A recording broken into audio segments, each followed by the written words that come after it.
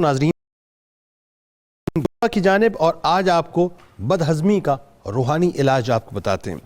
اگر کسی شخص کو ناظرین بدہضمی کی شکایت ہو تو کھانا کھانے کے بعد تھوڑے سے نمک پر سورہ بنی اسرائیل کی آیت نمبر 105 7 مرتبہ پڑھ کر کھا لیں۔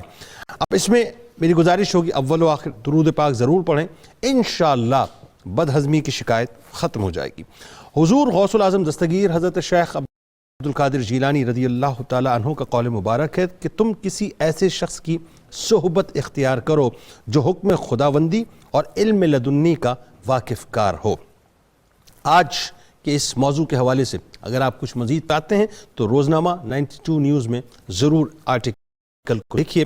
اگر ابھی تک آپ نے ٹویٹر پہ ہمیں فالو نہیں کیا ہے تو فوراً پیشتر ٹویٹر پہ ہمیں فالو کیجئے۔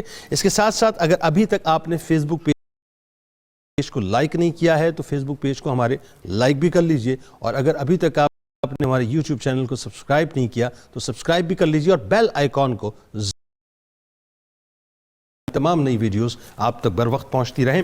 بس جناب جاتے جاتے آخر میں آپ کو پتہ ہے یہ غوث العظم رضی اللہ تعالیٰ عنہ کا عشق ہو، بات یہ ہے کہ ان تمام محبتوں کا سلسلہ مصطفیٰ صلی اللہ علیہ وآلہ وسلم، ابتدا بھی وہی ہیں انتہا بھی وہی ہیں۔ لا یؤمن احدکم حتی اکون احب الیہ من والدہ وولدہ والناس اجمعین۔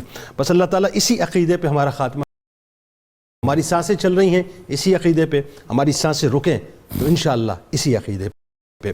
آئیے مل کر نعرہ لگاتے ہیں پاکستان کا نعرہ کیا؟ لا الہ الا اللہ محمد رسول اللہ صلی اللہ علیہ وآلہ وسلم۔ اس دعا، اس امید، اس یقین کے ساتھ اجازت دیں کہ اللہ تبارک و تعالیٰ آپ کا، ہمارا، ہم سب کا حامی و ناصر ہو۔ اللہ حافظ۔